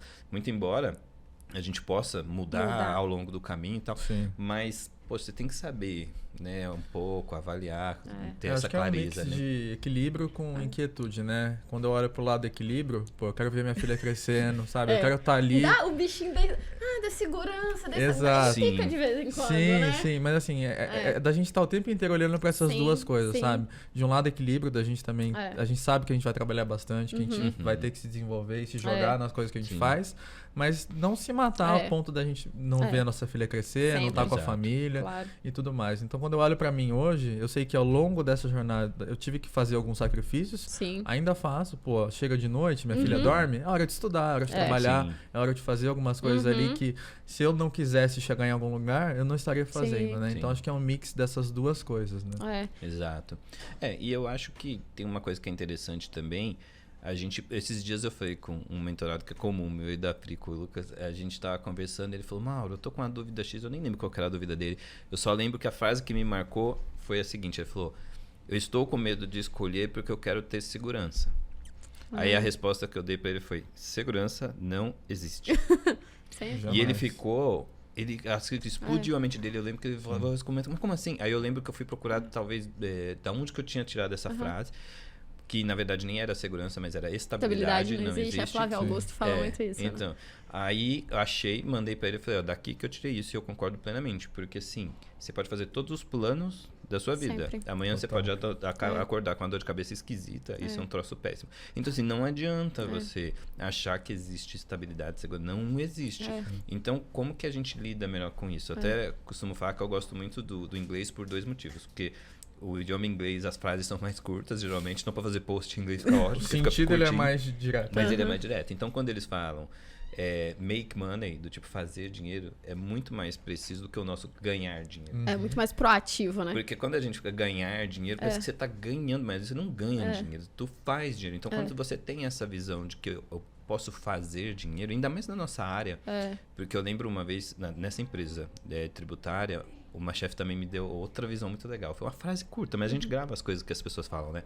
Ela falou assim, Mauro, uma diferença que existe na área jurídica, que não existe em todas as áreas, é a seguinte. Você não tem um cargo, você tem uma carreira. Então, se você sair daqui, tu pode fazer várias outras coisas. Diferente de... Às vezes tem umas outras profissões que você, sei lá, do tipo... contas a pagar. Entendeu? É uma função, não é uma carreira. E isso... Eu olho e falo assim, pra gente da área jurídica, que vai ser a audiência do podcast, cara, você consegue fazer dinheiro. Sim. Você pode dar uma arriscada um pouco maior, tenta um negócio diferente, porque, cara, tudo deu errado, você começa a pegar umas ações aí, faz uns contratos, como consegue fazer dinheiro, não tem como não fazer, né? Então, eu acho que ter essa consciência de que estabilidade e segurança não existem, dá pra gente uma consciência de, pô, preciso estar atento e preciso estar me movimentando. E ajuda a gente a quebrar alguns paradigmas, né? Não é porque você trabalha o dia todo no escritório que você não pode ter um Instagram pra falar sobre direito tributário, por exemplo, e tirar uma renda disso. Exato, make money. Exatamente. Se você puder fazer uma mentoria, explicar pra outras pessoas o que você faz, tudo isso, por exemplo, eu no começo eu lembro que a Pri eu tenho uma gratidão muito grande, porque a Pri deu esse start pra gente, do tipo, porque eu sempre achava que eu precisaria ter 100 anos de experiência para fazer um curso de explicar o que é legal design para as pessoas. E aí a Pi falava, não, Mauro, você tem 10 anos. Tem gente que tem 1. Então você sabe mais do que quem tem 1. Sempre. Então ensina o que você sabe em 10 para quem sabe em 1. E aí que começou a abrir a minha mente nesse sentido, do tipo, a gente pode ajudar outras pessoas. Foi uma outra forma de, trazendo para o inglês, make money, fazer dinheiro. Porque se a gente só pensa que existe só um modelo, que é trabalhando para um escritório, trabalhando para uma empresa. Cara, isso é muito... Até porque as pessoas, 90. Mais do que se conectar com a sua jornada, estão se conectando... Desculpa, com a sua habilidade, estão se conectando com a sua jornada. Exatamente. Sempre. A Pri, ela pode ser a pessoa mais técnica, mas se ela não transmitir a jornada dela da melhor forma possível, as pessoas não vão seguir ela. Porque no fundo a gente se conecta com pessoas, né? Pessoas se conectam com pessoas. Então não adianta a gente trazer... Pra se tornar PM, você tem que estudar isso, mas peraí, por que o Leon tá me explicando isso? Por que ele decidiu ir pra esse lado? E aí, poxa, não, eu decidi seguir o Mauro, o Leon, porque eles falam disso, eu curto os valores deles, eu também acredito nisso. Então, acho que isso é muito importante e ter essa visão aberta de que, no fundo, ganhar dinheiro nada mais é do que servir pessoas. Exato. Né? Seja dentro da empresa, seja dentro de um empreendedorismo, é sempre ajudar. Ou você vai estar ajudando a empresa, ou você vai estar ajudando ali um consumidor final e tá tudo certo. E mesmo quando você tá ajudando uma empresa, a empresa no final a gente tá ajudando pessoas. Sempre, não sempre, vai ter jeito, sempre. Né? Gente, última pergunta pra gente finalizar, que na verdade não é uma pergunta, não, porque eu gosto sempre de explorar a experiência de todo mundo que passa aqui. Eu acho que sempre a gente pode... Talvez tenha algum problema que a gente tenha passado. A gente fala, cara, vou dar essa dica porque a pessoa não precisa passar pelo... sempre, a gente sempre tem alguma nessa coisa. mesma armadilha que eu caí. Exato. O que de repente para vocês foi uma armadilha durante a vida profissional e como de repente não cair nessa armadilha, que talvez tenha travado o resultado, talvez tenha travado algum avanço, alguma decisão que vocês hoje olhando para trás consideram importante. Boa. Pra gente fechar pra galera. Assim, eu acho que a principal lição que eu tiro da minha jornada como um todo é ser muito pé no chão. Talvez isso para alguns soe como algo muito conservador, sim, mas a gente sabe que no mundo do empreendedorismo e no mundo profissional mesmo, muitos sonhos são vendidos, né? E o sonho que é vendido por uma pessoa não necessariamente é para você especificamente, né? E eu aprendi a duras penas ao longo da minha jornada que o sonho do outro, às vezes, é muito diferente do seu sonho. Sim. E que para você estar encaixado dentro desse sonho, dessa outra pessoa, você vai ter que fazer alguns sacrifícios. Você vai ter que ter algumas escolhas difíceis, né? Então, acho que antes de avaliar qualquer mudança e tomar uma grande decisão, entender se você está alinhado e complementado com o sonho daquela outra pessoa. Perfeito. Eu digo isso, assim, seja para uma mudança... intraempreendedora, dentro de casa, dentro de uma empresa, sim, ou de você efetivamente empreender, e empreender, porque a gente sabe que são escolhas que levam tempo, que são sacrifícios, e acho que esse foi o principal aprendizado que eu levei ao longo dessa jornada, assim, da gente estar junto do sonho do outro, mas da gente ter a consciência clara da diferença entre essas duas coisas. Se o nosso sonho faz sentido com a outra pessoa ou não. Exatamente. E ser egoísta, que eu acho que você trouxe e é muito importante. Eu acho que ser egoísta na nossa vida, às vezes, é muito mais auto-amor do que qualquer outra coisa. Sim. Porque se o seu tá fazendo sentido com outro, show. Mas se não tiver, cara, segue o seu, porque você só vai se sentir feliz quando você perceber que a sua vida está sendo construída. E tudo bem, porque você não precisa agradar todo mundo, né? E tá tudo acho certo. Que esse é o porque a gente vive num mundo de julgamento, né? Sim. Que a gente tem que estar agradando o outro o tempo inteiro pra gente se sentir aceito ou amado. Vai na sua que vai dar certo. Sim. E pra você, Mauro, qual foi a areia movediça aí que você conseguiu sair? Não, essa pergunta é muito boa, né? Eu fiquei refletindo aqui, tentando achar a melhor resposta enquanto vocês falavam. Mas são tantas as coisas, eu falei, eu tenho que escolher uma, né, das coisas. E eu acho que uma coisa que eu percebi recentemente, que eu demorei para perceber, e inclusive até tá conectado com aquilo que o meu pai falou, né, de pô, se mexe e tal, é uma questão assim, e eu tenho percebido muito, que as pessoas tá faltando muita coragem, né, assim, de tomar ação, de fazer o que tem que fazer. E eu acho que hoje eu entendo muito quando fala, né, que o sucesso acompanha quem tem coragem, né? Sim. Porque, de fato, se você não se movimenta, se você não vai, né, por mais que tenha a questão do medo, por mais que a gente, de uma maneira até, né, responsável, a gente tenha que ter uma certa preocupação com as coisas e tal, mas você não ter coragem de fazer o que precisa ser feito, porque, assim, a verdade é que, na maioria das vezes, a gente sabe o que precisa ser feito. É verdade. Mas não faz. Então eu vejo muita gente... A gente tenta calar muito essa voz, né? Exato. Eu vejo muita gente falando assim, hoje mesmo no nosso grupo aqui, o pessoal tava discutindo lá um projeto que tem o Jorge Paulo Lema, não sei o quê. E aí uma dos comentários me chamou a atenção que alguém falou assim, nossa, deve ter alguma coisa na água dessa entidade do Jorge Paulo Lema. Eu não respondi ainda para eles, mas eu vou responder. Não é na água, gente, é na atitude da galera. Muito provavelmente, com o sucesso, né, da metodologia deles, alguma coisa deve ter ali que eles ensinam as pessoas a terem atitude. Mas eu vejo um monte de gente que fala assim, quero ser legal ops. Tá, já começou a estudar? Não, é que eu tô muito corrido, é que não tô com tempo, é que eu não tenho 50 reais por mês para pagar num... Pô, tu tem. Tanto de material gratuito que tem por aí, né? Cara, esses dias mesmo alguém veio falar, Mauro, você acha que faz sentido fazer um curso de Figma? Eu falei, gente, tem curso de Figma de graça no YouTube, pelo amor de Deus. Sabe, falar assim, com as pessoas, você chamar alguém que tem 30 minutos do tempo dela, já é uma aula ali que você vai ter. Então, o que eu aprendi nesses últimos anos, assim, até essa tomada de decisão para ir para o empreendedorismo, que você teve, é essa coragem de fazer o que precisa ser feito. Sim. Sabe, do tipo... O negócio, né? Você sabe o que precisa fazer para emagrecer, você sabe o que precisa fazer. Tá, pega e faz. Pega e faz, sem desculpinha. Porque, eu não sou produtivo de manhã. Desculpa, cara. Desculpa, toma um café e faz, entendeu? Porque, se um cachorro, um pitbull correr atrás de ti de manhã, tu vai correr, entendeu? Então fica esse negócio. E tem uma coisa legal pra gente falar, né? A gente fala muito de trabalhar com algo que se gosta, que faz sentido, mas pra você trabalhar com algo que você gosta, você vai ter que fazer muitas vezes o que você não gosta. Exatamente. Eu acho que isso é muito dias. importante, da gente trazer realidade. Exatamente. Né? Mas vai chegar um momento que você será recompensado. Exato. Então, você escolhe o difícil, onde você vai viver. Ou você vai viver a sua vida sempre tentando cortar caminhos, atalhos, mas sempre num resultado que te frustra, que você percebe que sua vida não caminha.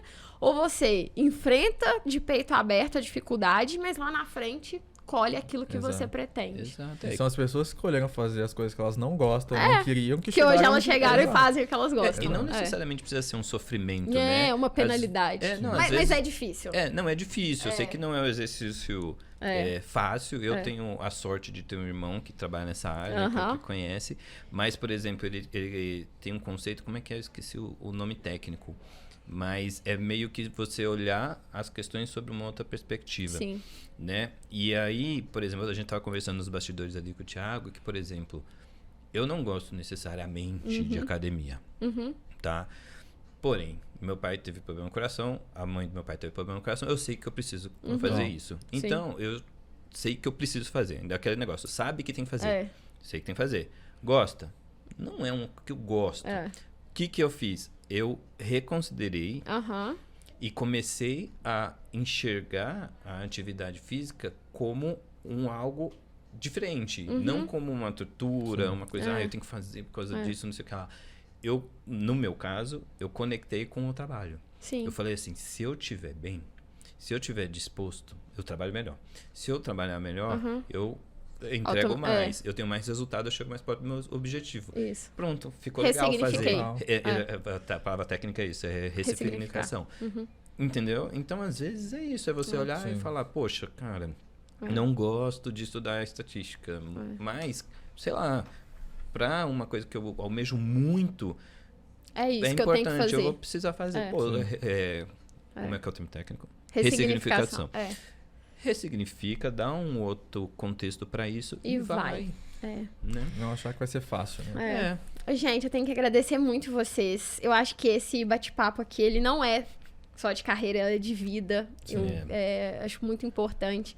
Porque aqui não tem o Leon PM, né? O Mauro, Legal Designer. Nem falei de Aqui legal tem design, as pessoas. E é isso que eu acho que mais engrandece, é a jornada. Porque tá todo mundo buscando alguma coisa e querendo saber, cara, o que é que ele fez que eu posso fazer também, o que é que ele fez, errou e eu não preciso errar. Eu acho que esse papo foi muito engrandecedor. E pode ter certeza, você falou, nem falei de legal design.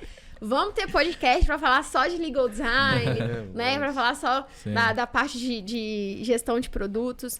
Mas para esse primeiro momento eu tenho que agradecer demais. Não, eu concordo plenamente. Eu acho que antes da gente falar de questões técnicas, que, mais uma vez, tá no YouTube, tá no Google, a pessoa acha de graça. Ninguém é dono dos segredos da informação hoje em dia.